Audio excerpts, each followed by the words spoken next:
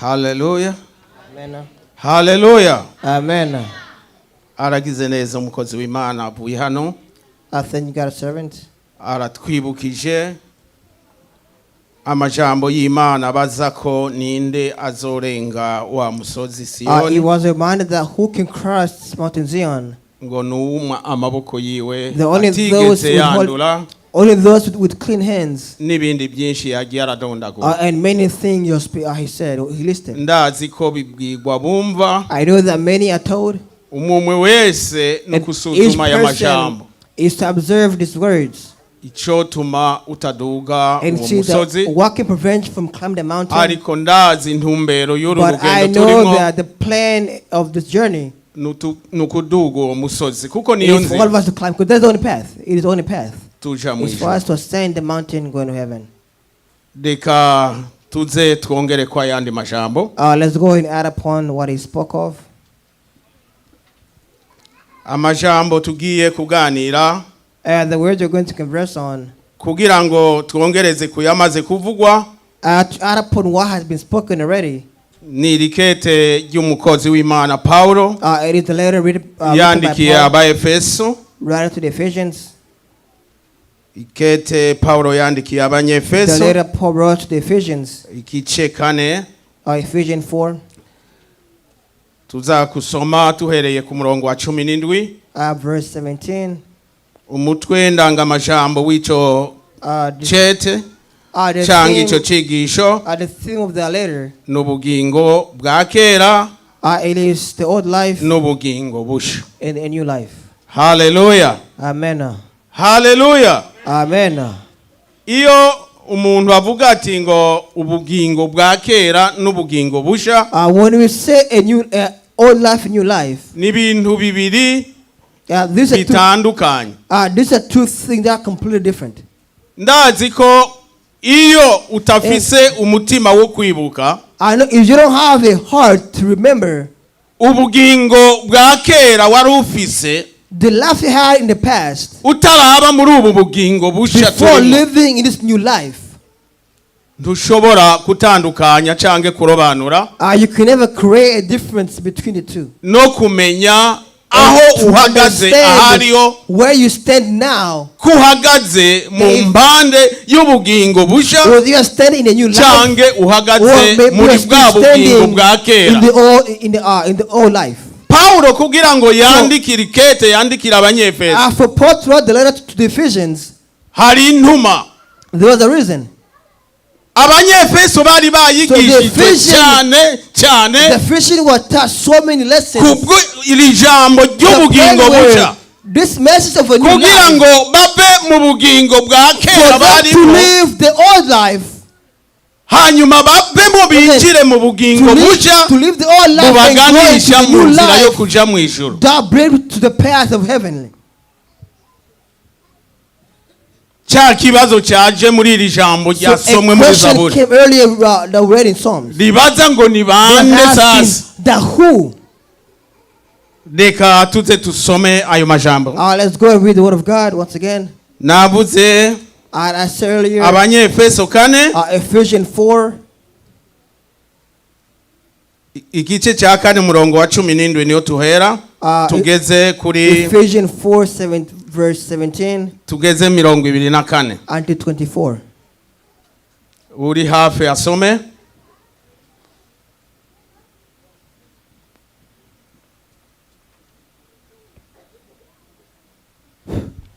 Dusome mu izina rya Yesu. Umutwe w'ijambo bawuvuze ubugingo bwa Kera n'ubugingo bushasha.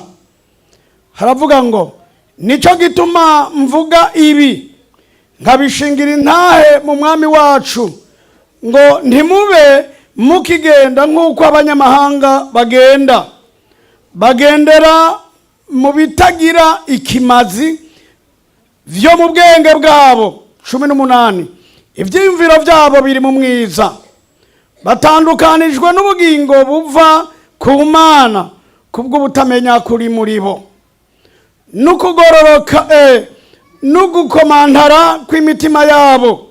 19. Kandi babaye ibiti bishira mu ngeso z'isoni nke, bishira mu ngeso z'isoni nke, gukora ibihumanya by'uburyo bwose, bifatanije no kwipfuza, bifatanije no kwipfuza. Ariko mweho nimwize Kristo mutyo. 21. Namba mwaramwumvise mukigishirizwa muri we nk'uko kuri ko muri Yesu Kristo. 21. Muri Yesu kuri. 22. Kubabwira ku by'ingeso zanyu za kera ngo mwiyambure wa muntu wa kera abozwa no kwipfuza ku ruhendo. 23. Mugahinduka basha mu mpwemu y'ubwenge bwanyu. 24. Mukambara wa muntu musha yaremwe mu ishusho y'Imana mu kugororoka no mu kwera kukuri. Amen. Hallelujah. N'aya majambo y'Imana. This is the word of God. Aya majambo y'Imana. So this word of God, umukozi w'Imana Paulo yandikira abanyefeso. Paul wrote to the Ephesians. Abanyefeso, so the Ephesians, bari baronse inyigisho zihagije, they are receiving enough teachings kubagiye bigisha ubutumwa bwiza bwa Kristo Yesu, God of Christ. Na Paulo nyene nawe arimo. Even Paul was among them. Arigisha muri Efeso. Teaching them in n'abandi barigisha. Even others were teaching. Ariko mu nyuma yaho Paulo ariko agenda. When Paul was walking around, asanga abanyefeso, he saw that the Ephesians, benshi, the many among them, nibasobanukirwa gutandukanya, did not understand to create a difference. Imibereho y'inyigisho bigishijwe. That the teaching of what they had learned. Kuko nta tandukaniro ryabo, there are no difference between them. Yariho, that there were no difference. Y'abataramenya Kristo Yesu, who are yet to know Christ, n'abamenye Kristo Yesu.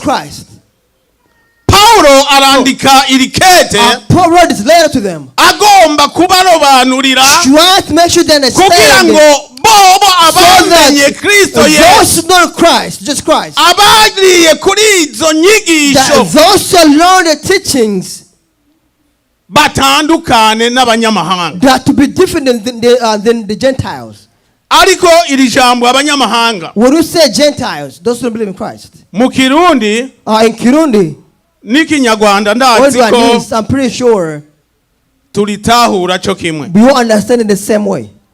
Kera tucaruka, but long time ago, as young, abanyamahanga twakuze tuzi ko, when we say Gentiles, ari umuntu wese mutasangiye ubwene gihugu bw'igihugu kimwe. When you say Gentile, we thought you were foreigner. Umuntu wese ari mu kindi gihugu kitari kiwanyu, a person who's in the country but they're not a native of the country. Nguko twebwe ababa mu Burundi, like us who live in Burundi, ubuye mu Rwanda tumwita umunyamahanga. Because those from other countries come into our country, we call them a foreigner. Because they are not native of our country. Murundi ngiye mu Rwanda, if I go in Rwanda as a Burundi, abanyarwanda banyita umunyamahanga. Don't call me a foreigner because I'm not a native of the land. Bakaca bavuga iyo mva mu nyuma. And the Savior came later. Abanyefeso, so the Ephesians, baritiranya iri jambo. They were confusing this word. Kuko abanyamahanga bavugwa na Paulo, when they say Gentiles or foreigners are spoken by Paul, aba banyamahanga bavugwa muri iri jambo, the Gentile or foreigners spoken in the word of God. Abanyefeso basanze ari barumunaho. They saw they were a brother. Basanga aba banyamahanga bavugwa muri iri jambo ry'Imana, the word of God, ni bashiki babo. They are sisters. Basanga ni bayomba babo. They saw these like brother-in-law and cousins. Basanga arabavukanyi kubavukanyi. They saw that they were family among themselves. Ariko ikabatandukanya. But they create a difference. n'abamenye ijambo ry'Imana But you don't know Christ. And those n'abatararimenya. have yet to know Christ. Utararimenya Those who know Christ, akaba ariwe yitwa they are umunyamahanga. called Gentiles. Kuko wewe uyo Because ataramenya ijambo those rya who have Kristo not Yesu known the word of God, naco yabona ko cyera imbere yiwe. that they said before then they saw nothing was Yani useful. ntaco Basically, yimirirwa. they were not concerned of God. bafise uburenganzira bwo Because gukora they had- ibyo bagomba They byose had the power and authority to do whatever they batitaho want. kuraba ko ari byiza cyangwa Without ari bibi. caring whether it's bad or good. Paulo So Paul yandikira abo banyefeso wrote kugira ngo Ephesians so bitandukanye that n'abo they can banyamahanga. separate themselves from the Gentiles, those who don't believe in Christ. Reka gatoya nsubire muri uyu murongo Let me read the verse once again. wa 18 Verse 18. ngo abo banyamahanga ibyiyumviro byabo biri mu mwiza batandukanijwe n'ubugingo. Ibyiyumviro byabo biri mu mwijima Their thoughts are darkened kuko batandukanijwe because n'ubugingo. they are separate from God's life. Ubu bugingo tuvuga hano bwa kera na When you say Busha, this life, the former life and new life, ijambo ry'Imana niryo ryahesheje umwana w'umuntu ubugingo. because the word of God gave life to human being. Abamwakiye And bose those who received him, bakitondera ibyagezo and they byiwe follow his commandments, bakagendera no ku majambo and they yiwe follow his words and his ya messages Kristo Yesu, that Christ spoke of, abo nibo baronse they ubugingo. are the one who received life from God. Kugira ngo ubwo bugingo ubugendemwo For neza you to walk in that life in a good way, utandukana n'ikibi icyari you cyo must cyose. separate yourself from anything that's bad. Paulo arababwira Paul told them, ababwira n'ubwenge bwabo uko and he bumeze, said how they were thinking, the ingeso zabo uko that their zimeze. behaviors, how they were. Bamaze kubisobanukirwa After they understood it, baratahura. then they knew and understood. Ndazi natwe hano And I believe that all of us here, twigishijwe n'abigisha benshi, we are taught by many teachers, by many prophets. twaramaze kumva aya majambo, We have already heard the word of God. ariko But natwe even us, hagati yo muri twebwe among ourselves, haracyari ingendo yo gufatanya n'abanyamahanga. there are still paths to follow the Gentiles. Mu ndwi iheze And last week, twarumvise amajambo y'Imana we heard the word of God avuga ati na bugingo n'uno that says munsi even until now, no mu itorero even in harimo the church, impene hakabamo there is n'intama. gold in the sheep. Ntibitangaje kubona It is not shocking to see uno munsi that cyangwa today, ubunyene or even now, hagati yacu that among ourselves, wosanga abo twumvanye izi nyigisho you can see kuva kera those who are hearing the same message since a long time ago, hakirimwo abanyamahanga that there are still Gentiles among us, bataratandukanya who have yet to create a separation ubugingo bwa kera between the n'ubugingo old bushya. life and the new life. Abakiye amajambo So y'Imana those who see the word of God bakayitondera, and they follow the word of God, abo nibo bahesheje ubugingo they have n'ijambo ry'Imana. received life from God. Amen. Abo n'abantu bazima batandukanye. They are alive but Ni separated. twebwe umuco w'isi wo We are the kumurikira light. We isi are the light of the world. kugira ngo bahinduke So for them to change, tubakwegere muri ubwo if I bugingo should bushya. pull them in the new life, amen. Amajambo y'Imana The word of Paulo God yanditse that Paul wrote, aravuga tuhereye ku murongo wa 20 and Paul said verse 21, on verse 20, abwira abakiye are telling ijambo those ry'Imana, who have received the word of God, those who have been saved. ngo ariko And they mweho, say, you however, ariko they mweho, say, you however, iri ni jambo this is the word ryerekana ubutandukane bukomeye that cyane. shows us a difference. Ngo ariko mweho, That you however, ariko mweho that you however, ntimwize Kristo mutyo, that you did not learn Christ this way. namba mwaramwumvise That if you heard him mukigishirizwa muri we and you have thought in him, nguko kuri ko muri Yesu Kristo, the same way that truth Kuri. is in Christ is ntimushobora that you cannot kutamikwa amajambo yo kubwirwa You cannot be fed what being told or being begged ngo mutandukane that to be different n'abanyamahanga. than the Iryo Gentiles. nibwirizwa risanzwe riri muri This is mwebwe. no commandment within you Mwibwiriza that kumenya kutandukana you're n'abataramenya Kristo Yesu. than those of yes alone Christ. Mwoye kwifatanya nabo That to not join them kuko intumbero yabo because their purpose and nabo plan, bari mu rugamba rukomeye even they are in a battle for bwo the war kutuburabuza mu nzira yo kuja mu that to ijuru, cause us heaven. kuko muri bo nta bugingo burimwo. In them there's no life. In Baratandukanijwe them n'ubwo bugingo they've been separate from that life. n'ingeso zabo mbi. Even their character are bad. Kubw'ibyo nta mugabane bafise, For that they have no plan. shitsi bagiriwe ubuntu, Rather than let them receive nabo grace bakakira aya and majambo to receive the y'Imana word of God. bakayumva To hear it bakayagendera, and follow them through. hanyuma nabo bakakizwa. They to be saved too.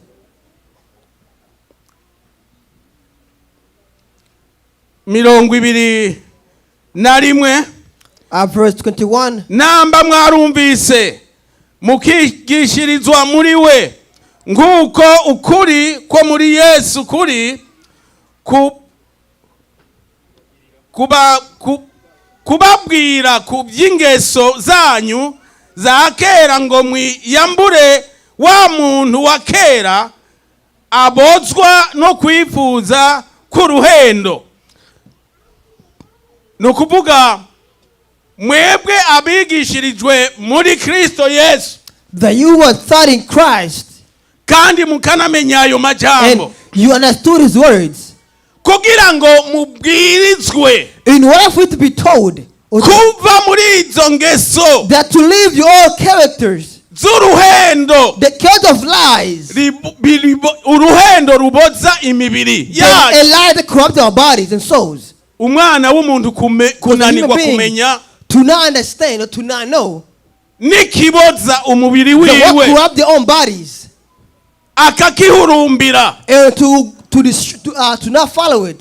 Ariko Paulo aravuga ati But mweho Paul said, you however, ntibyari bikwiye that kuba it was kuri not necessary twebwe for you kuko twarigishijwe because turamenya amajambo you are y'Imana taught and understood the word of God. kandi tunahabwa n'ubwo And bugingo you buri are muri given that twebwe. life in us. In Ubwo Christ. bugingo ari ryo And jambo that life is the ry'Imana word of God. Amen. kuko niryo rituyobora And that, because the word of God leads us. tukamenya ikibi And to n'icyiza understand the good and bad. tukatandukana And to nabyo. create a difference between the two. Ijambo ry'Imana And the rikatuhamagarira word of God called us once again. rituhamagarira rivuga ati It calls us and says ngo tuhinduke that let's change. mugahinduka basha mu mpwemu y'ubwenge bwanyu mukambara wa muntu mushya yaremwe mu ishusho y'Imana mukagororoka mu kugororoka no mu kwera kukuri. Haleluya, Amen. haleluya. Hallelujah. Verse 22. Nta kindi kisigaye There's nothing left atari kuhinduka gusa. other for us to change. Iryo jambo rikatuhindura. For that word to change us, Ijambo rimaze kutuhesha ubugingo, once it's given its life, ni ngombwa it haboneka is a ibimenyetso must. There are signs byuko ubwo bugingo buri muri that twebwe. that life is within us. Uwakiye ijambo ry'Imana Those who receive the word of God, ngo arahinduka that they change, mu kugororoka k'ukuri, the righteousness, kwa kuri kwavuzwe, the truth that spoke of earlier. ngo no mu bwenge bwacu Even in your, bw'ukuri. even in our mind, we are changed. Hariho ubwenge butari bw'ukuri, There's false knowledge. ubwenge bw'abanyamahanga bataramenya ijambo The ry'Imana. denial of those who have yet to know God. Ubwenge bwabo The nta kuri knowledge, kurimo. there's no truth into it. Na nico kituma And that is why ibi tuvuga what we say, nta mbeshere zirimwo. there's no lies. Nimba utaratahura kumenya If you have yet to itandukaniro understand the difference, ubugingo bwa kera the old life, n'ubu bugingo busha, even the life now, mwene data uri my hano brother who's here, wirabe Don't look at yourself. Wirabe. Don't look at yourself. Na nimba utafise na katoya If you don't have a kakamenyetso little bit of sign kakwibutsa uko wari that reminds you uri how you were in your past, ndakuhaye misuhuko I give you sorry. kuko nimba utamenya iyo Because wajuva if you don't know where you came aho from, wakuwe na Kristo the way Yesu Christ took you from, ukabona naho and ugeze for you to know where you are now, ni misuhuko. if you cannot see that, I give you my condolences. Abaswahili nibo bavuga pole You sana don't say this, my condolences to you. kuko My naho condolences. uri kuraja Because you are going naho nowhere. uri kurava. So you go nowhere, nor do you know where you came from. Mukristo ari mu rugendo A Christian on their journey, ugenda uraraba you're always looking. intambwe n'impinduka You look at a step iyo wavuye naho the way you ugeze came from where you are now. nico gituma And abantu that is benshi why many people nowadays, iyo bariko barashima Imana when they're thanking God, usanga buzuye umunezero they feel mwinshi cyane joy in their hearts. kuko bibuka Because they iyo remember bari where they bari came from in the nuko past. bari bameze And how they were in their past. nako aho And how bageze they are cyane now. babona ko Then bari they can heza see they're in a cyane. better place in the past. Amen. Tandukanya ubugingo bwa So kera make a difference between your old self or your past life. ntube uruvu Do not be like a chameleon. uko wari kera Do how you are in your past, na bugingo n'ubu even now, niko bakikuvuga. is how they speak about you. Rondera itandukaniro Look to create a difference. n'ababibona And abatubona those who can see us. bashingire intahe Let them give a testimony bavuga ati and let them say by'ukuri that in truth, naka yarakijijwe that person has been saved. naka That yarahindutse person has changed. naka That person afise ubugingo has busha life, has a new si life. bwa bugingo bwa It's kera. not their old life. Iyo uri kurumva ibishinga nahe Though you hear their testimonies, by'abantu batahuye that those who ubutandukanye understood the difference, bariko barashingira when they indahe give a testimony, uragira n'ubwoba. the sometimes you are terrified. Hariho abantu bari bageze kure Their son was so far gone, ariko Imana yabakuyeyo but God pulled them from far away, ibegereza and God brought them mu bugingo busha. in a new N'ubu life. niho bahagaze Even now they stand a new life. kwenyegeza ubwo bugingo They hide their life. n'iri jambo ry'Imana It's the word of God. iminsi yose At all time, kurisoma the reading it, kusenga the praying, niko kucanira ubwo that bugingo is burning their kugira life. ngo burushirizeho For it to grow more. umwanya tukirindira igaruka ryiwe For us to rya wait Kristo for the return Yesu of Christ. aje gutora itorero Come and take the church. tusangwa turiko turenyegeza Though we are hiding, turi ku kicaniro we are in tucanira the ingono altar burning the fire. twitandukanya Create a n'abanyamahanga different from the far foreigners, the Gentiles. twitandukanya n'ibibi Create a different from the evil. twitandukanya They separate n'iby'isi yourself from the word. kuko n'ijambo ry'Imana Because the word ryabishinganye of God, nawe because the word of God has said ngo so. ariko mweho That you, however, ngo ntimwize uko you will not hari find this way. ukuntu twize Because the way Kristo we are taught of tukanamenya Christ to understand tutashobora kwanjwanjwa that we can never tukahendwa go, n'abanyamahanga. we cannot be swayed. mwene data uri hano My brother is here.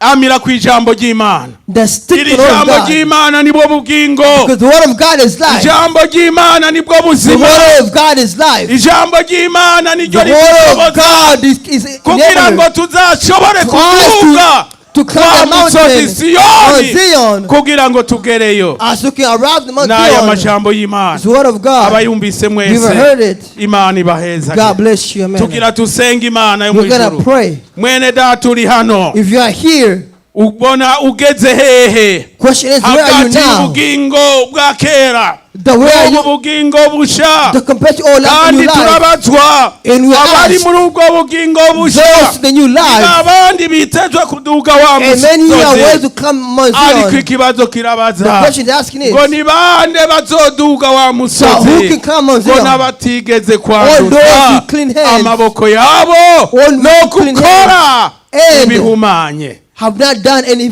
evil deed. nimba uriho If you are here, ufise icyo ugomba kukomoza ku Mana yo if you mwijuru want to call God gira something, intambwe tusengere take a hamwe step to come hanyuma together. Imana yo mwijuru And may God in idufashe heaven help us twese out. tutunganywe twezwe That let's all be kugira ngo cleansed turindire umwami so we wacu can wait for our King twese twiteguye as you are ready. Hallelujah. Amen. kaze tugira tusenga Imana abakozi b'Imana. We're going to pray now. Esichomba ngazorangiza mahoro. Esichomba ngazorangiza mahoro.